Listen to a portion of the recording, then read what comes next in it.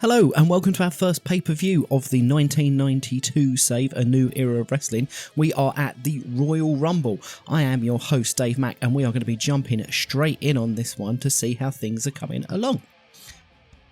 So if we dive straight in on this, we've got a lot of pre-show stuff here. I like to get everyone on the card, so I've stuffed everyone kind of into different multi-man matches. We've even got a Battle Royal, which I think don't make a lot of sense on a Royal Rumble card, but is what it is. Unfortunately, we're doing it on this one. So we're kicking off the pre-show with Brian Costello versus Sonny Blaze, Pat Tanaka and the Barbarian, and it was a terrible wrestling and non-existent heat as Pat Tanaka beat Brian Costello, Sonny Blaze and the Barbarian in 7 minutes and 49 for a segment rating of 52.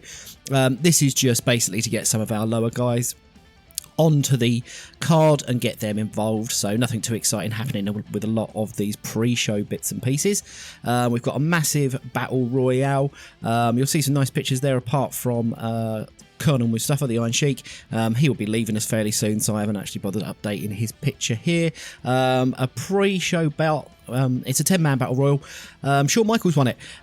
Interestingly, Shawn Michaels is in this because he was going to be in the Royal Rumble, but he refuses to work with Marty Jannetty. Now, because Michaels has refused, I have basically, bit of a punishment, he could be chucked on the pre-show. He would have been in the main event, and Marty Jannetty would have been in this pre-show one, but if Michaels is going to be a bit of a diva about this, then he can bugger off onto this one. It's a Battle Royale where I basically, every pay-per-view I'll do this just to get everyone in there, and it's nice to see. I leave it open to the road agents to see who wins, so Shawn Michaels wins that. Not surprised there because there's basically a lot of jobbers in there, and Michaels for a segment rating of 60, that's pretty decent. So we have the Texas Tornado and Jim Powers versus the Executioners. Again, you'll see the Executioners, they don't have pretty pictures either. ChatGTP, which I use for creating the artwork here, does not like masked men like this. It's quite difficult to replicate this.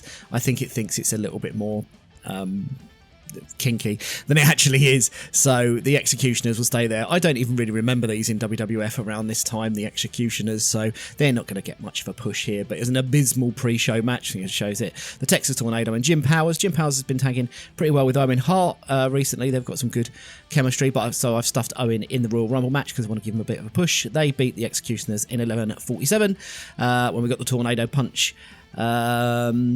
Yeah, segment rate of 45, pretty poor. I think that's going to be down to this here. The Texas Tornado is going through some personal problems. I mean, that's putting it kind of mildly. We know what the Texas Tornado was like. He had a lot of issues going on, which is a bit of a shame.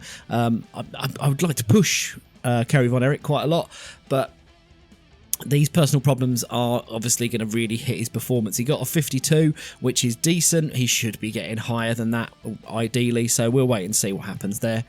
And our final pre-show match is Greg the Hammer Valentine versus Hercules. Hercules is a guy I want to push, but he is letting me down a little bit here with an in-ring performance of 42.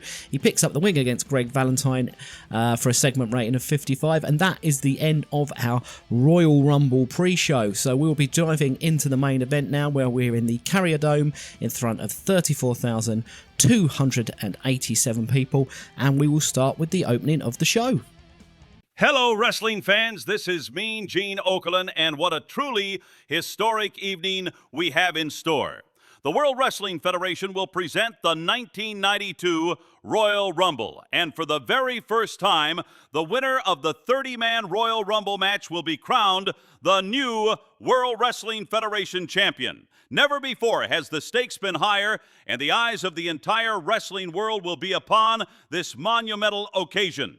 But that is not all, ladies and gentlemen. The card itself is positively brimming with excitement.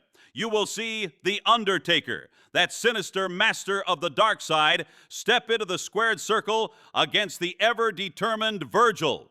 Can the heart and courage of Virgil overcome the ominous power of The Undertaker? We shall see. And then the prestigious Intercontinental Championship will be on the line. The champion, Bret the Hitman Hart, will defend his title against the fiery Rowdy Roddy Piper, two of the very best technicians the sport has ever seen, and I dare say this encounter could very well steal the show. The Tag Team Championship will also be contested as the dominant Legion of Doom, Hawk and Animal, face their most daunting challenge yet in the gargantuan natural disasters, earthquake and typhoon. Power and brute force will collide, and only the strongest will prevail. And finally, a personal grudge match indeed.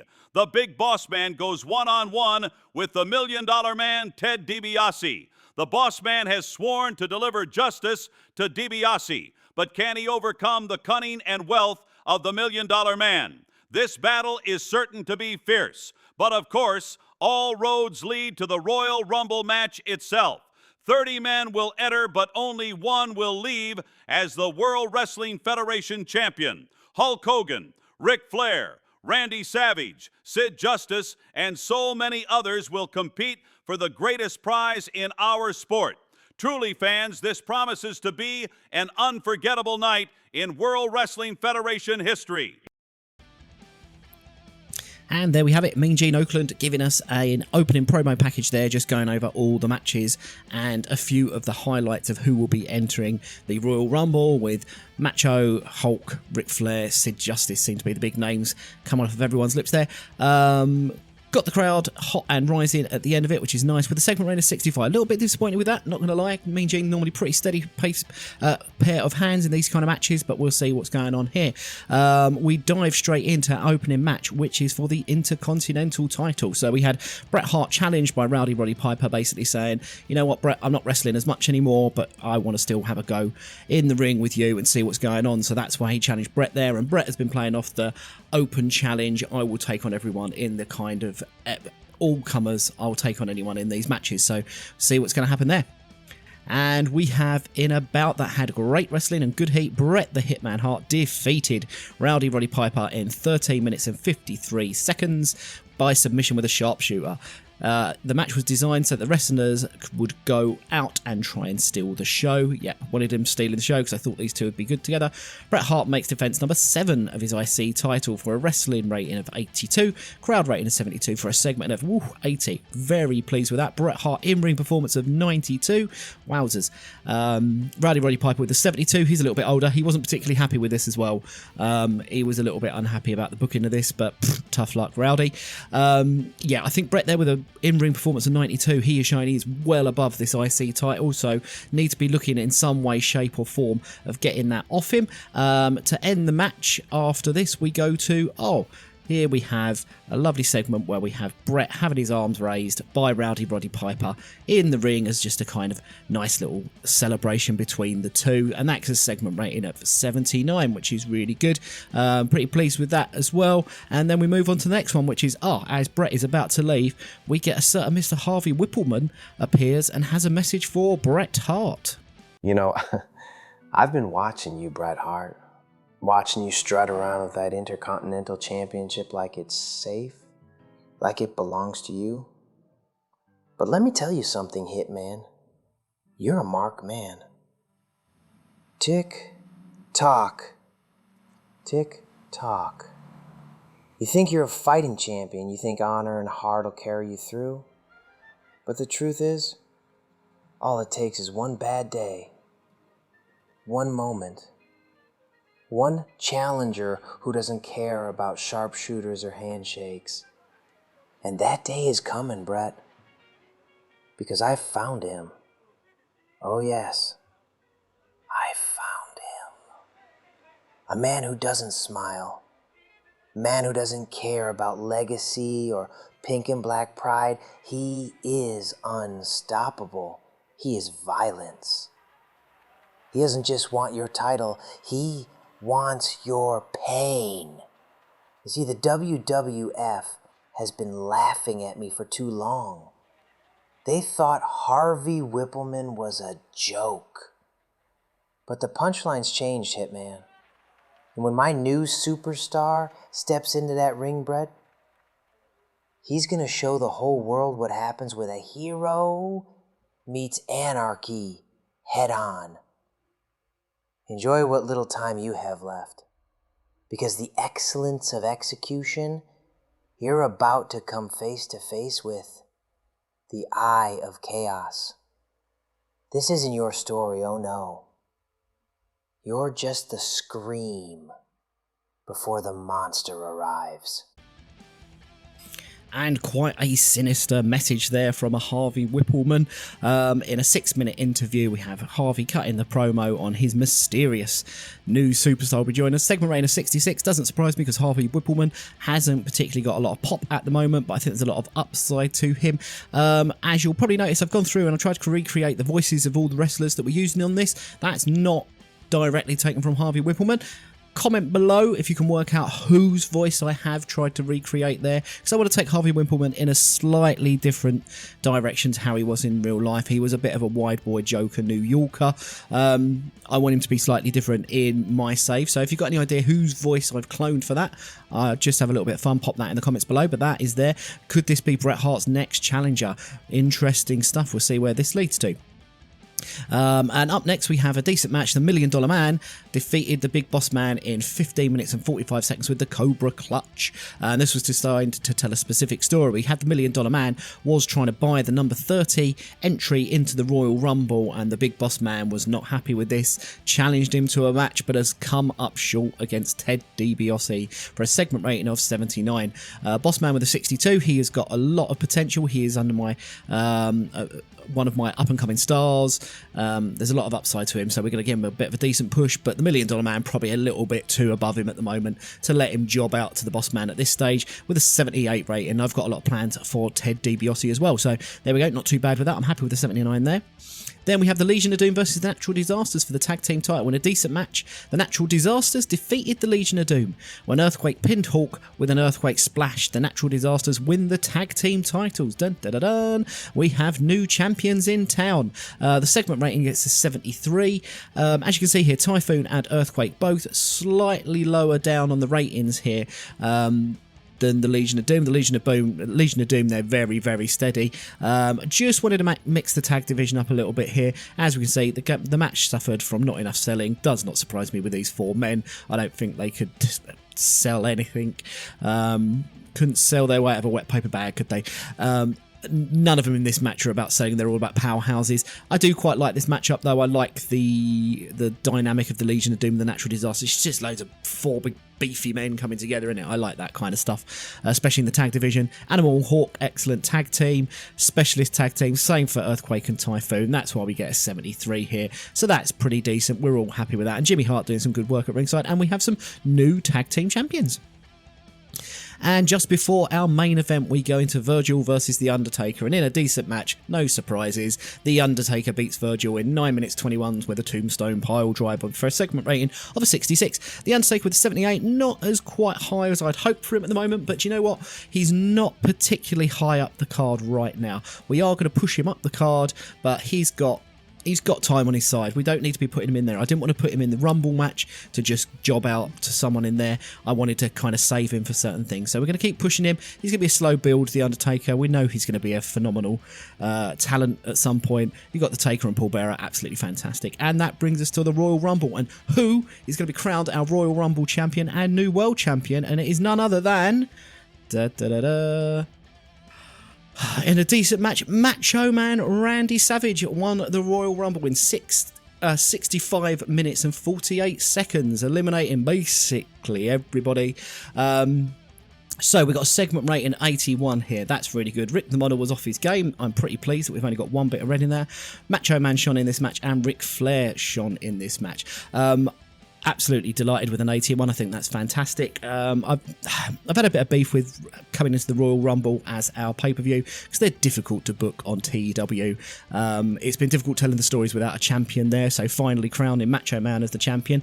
I know the Rumble normally we split off and we start seeing stories come from this. I think it's hard to on TEW without going into loads of details about what happened. Basically, the plan here was Macho Man eliminated all the big guns, your Flair, your Hogan, your Sid Justice, Jake the Snake Roberts. He was the one eliminating all the big names there. Something that's come out in this match, we'll get it in a moment, but it was carnage. It's a carnage of a Royal Rumble. Everything's gone off, and we will end on a promo from our new champion. Put that cigarette out. Ladies and gentlemen, I present to you your new World Wrestling Federation champion, the Macho Man. Randy, you beat all the other superstars.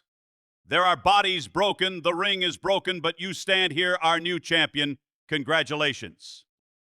With a tear in my eye. Yeah, the Macho Man Randy Savage stands here as World Wrestling Federation champion. They said it couldn't be done. They said the Macho Man was fading. They said Randy Savage was yesterday's news. But tonight, at the Royal Rumble, I outlasted them all. 29 men. The biggest, the baddest, the toughest in the world.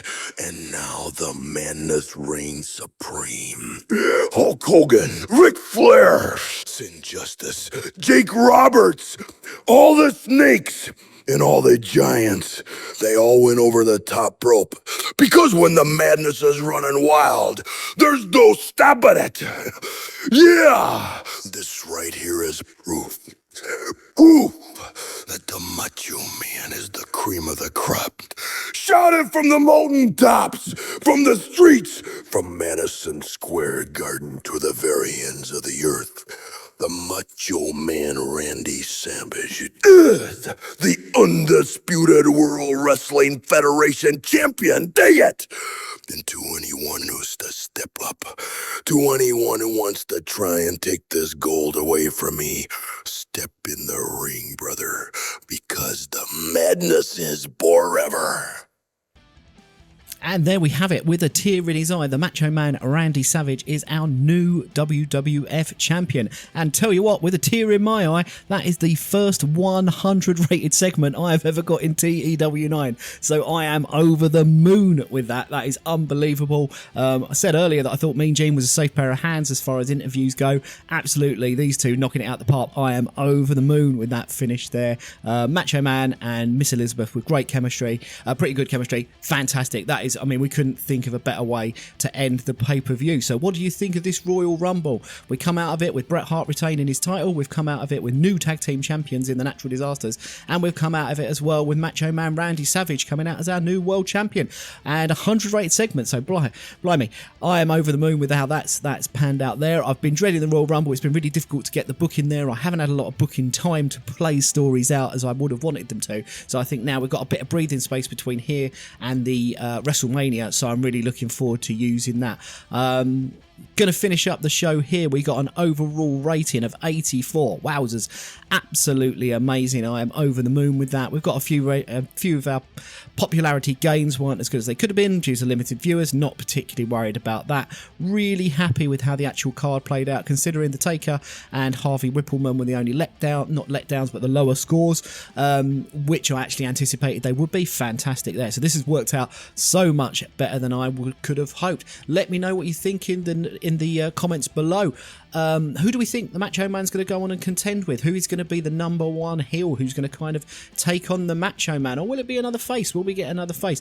I think a few of them might have even noticed there is one wrestler who is conspicuous by his absence, who I've not been able to book. He'll be coming back very soon, who is a main eventer. So that's exciting there. I'm going to finish up the episode here because we have to go through all this boring stuff. I don't want to go through the media scrum because I think they're going to ask me about Harvey Whippleman's new signing, and that'll give the game away there. So please let me know what you think about this Royal Rumble in the comments below. That's massively exceeded my expectations, so I'm really pleased with that. But let me know where you think this is going.